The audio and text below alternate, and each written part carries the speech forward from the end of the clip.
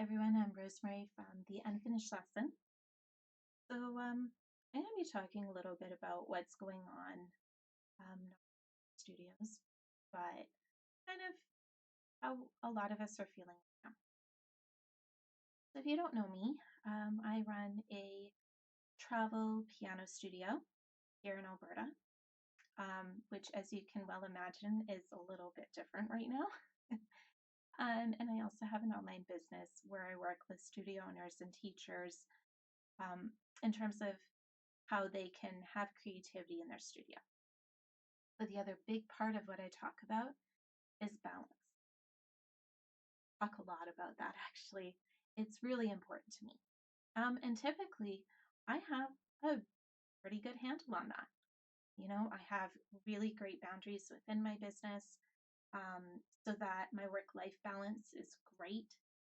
Um, and I'm able to handle things in a really good way that allow me to have where I'm not feeling stressed out, right? And I feel like I can handle everything that's on my plate. But last week was a really rough week. I'm gonna explain why.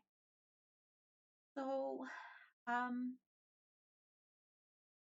on Sunday morning, not this Sunday, but the previous Sunday, we'd gotten an email from the school in the morning. Hey, you know what? We're just doing some modifications, but school's a go ahead. Just don't send your kids in sick. And then 8 hours later, the province announced that they were shutting down all the schools immediately. So, just slightly over 14 hours before kids were going to school the next morning is when we found out the schools were closed indefinitely. We had no work come home from school, from our kids' school that first week. In talking to other parents and my students, some schools were sending things, some were not. Ours happened to be one that was not sending anything. The problem was not that our kids were home from school. It wasn't. They're home obviously during Christmas. They're home during summer, and this was not the problem. They've been home many times before. It wasn't even changing the way that I teach because that's what I do each year. I take a look and see what can be improved and what needs to change. And it wasn't even sharing my laptop with my husband. Honestly, it wasn't. Because I have a computer that I can use, and then the laptop, I wasn't using it, so he was able to use it. Honestly, the big thing was the problem was that we had no notice, in essence, right? There was no a month or two to plan for this. The school, the district, the province, they made the right decision shutting down the schools. They did. But we had no time to figure things out. My husband and I were looking at each other like, okay, how do we deal with this? It was a lot of take it day by day. The problem was having more work, not less, to accomplish in my businesses. It was things taking longer, not only because I had to change how I did things, which meant research and testing, experimenting with slower internet times. But yeah, it was guiding clients through an ever changing situation when I didn't have all the answers, but trying my best to be a support to them. It was not having the time or the energy to pull things for my kids.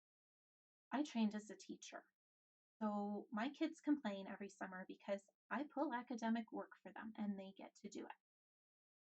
I was exhausted. I didn't have the time. I didn't have the energy to be making sure that they were doing something academic. And instead of registration happening, it was everything else. So at this point in the year, I would be talking to my clients and figuring out who's coming back in September. I knew that I wanted to take on more clients in the fall. And instead of advertising for that and being able to meet with those people, I'm doing this. I'm figuring out just right now, which means there's a lot of financial insecurity about what is happening in the fall. And I hate that feeling. But the big one that ended up trumping everything was the word indefinite. It's hard to find balance. It's hard to set a routine when it's indefinite. You don't know how long indefinite is. Indefinite could be short. Indefinite could be months. We don't know. And honestly, I felt guilt. But I felt guilt because I felt like I should have known how to balance everything. It's what I talk about. It's what I teach. I felt like our situation isn't nowhere near as bad as other people. My husband and I have been able to transfer our work online. We don't have anyone in our family that is sick, thank goodness.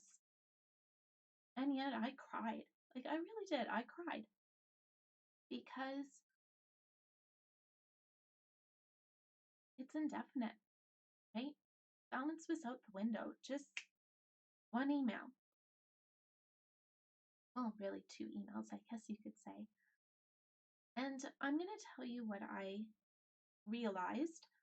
I'm going to tell you what I figured out. Right?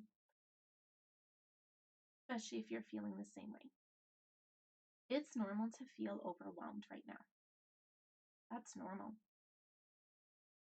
Everything, like the delicate balance that you had for your family, that's gone right now, right? Your balance that you had within how you did things for work, that's probably gone right now too. So it's okay to feel overwhelmed. That's normal.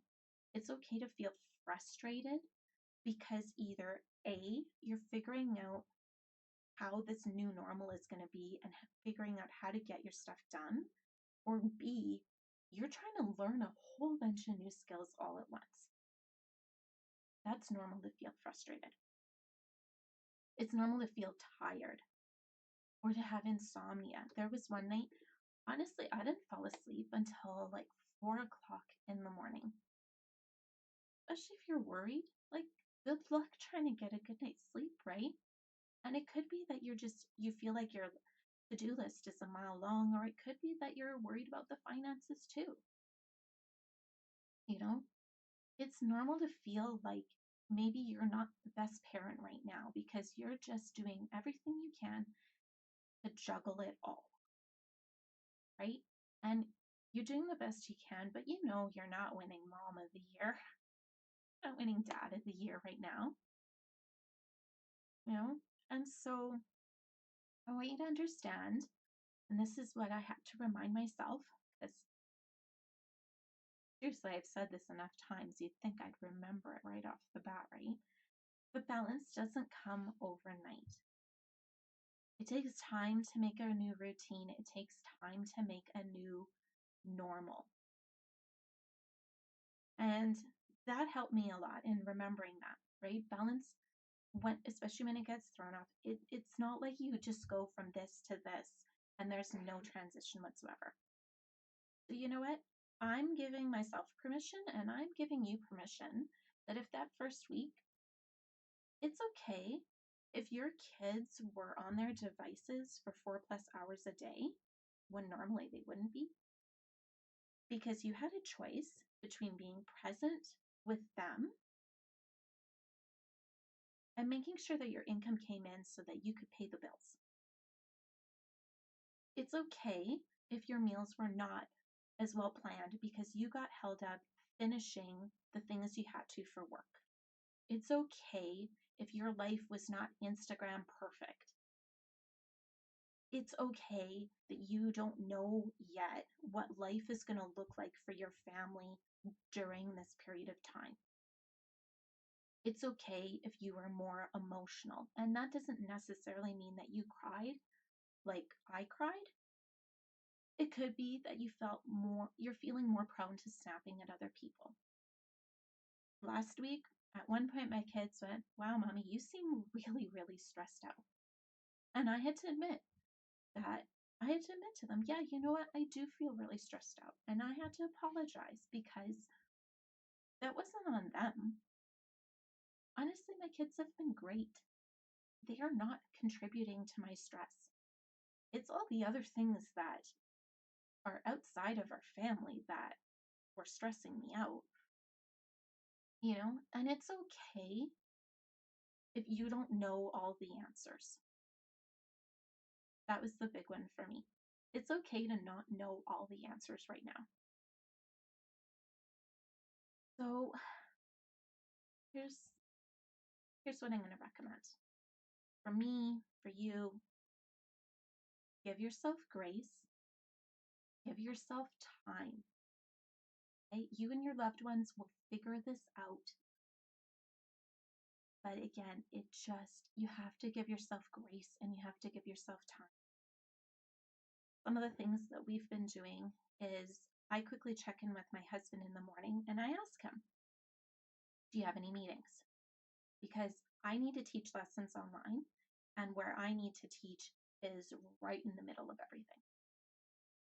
And when he's doing his meetings, he needs to know, can I be in the middle of everything? Because he's right now, his office is our dining table. Or does he need to be on a different level of the house? Work towards a new routine. In terms of this, we're trying to figure that out still as a family. And we're hoping that this week is going to be a little easier with that. But try small things, just so that there's at least some semblance of a routine. Do your best to get exercise and take time away from work-related things. And this one's a hard one.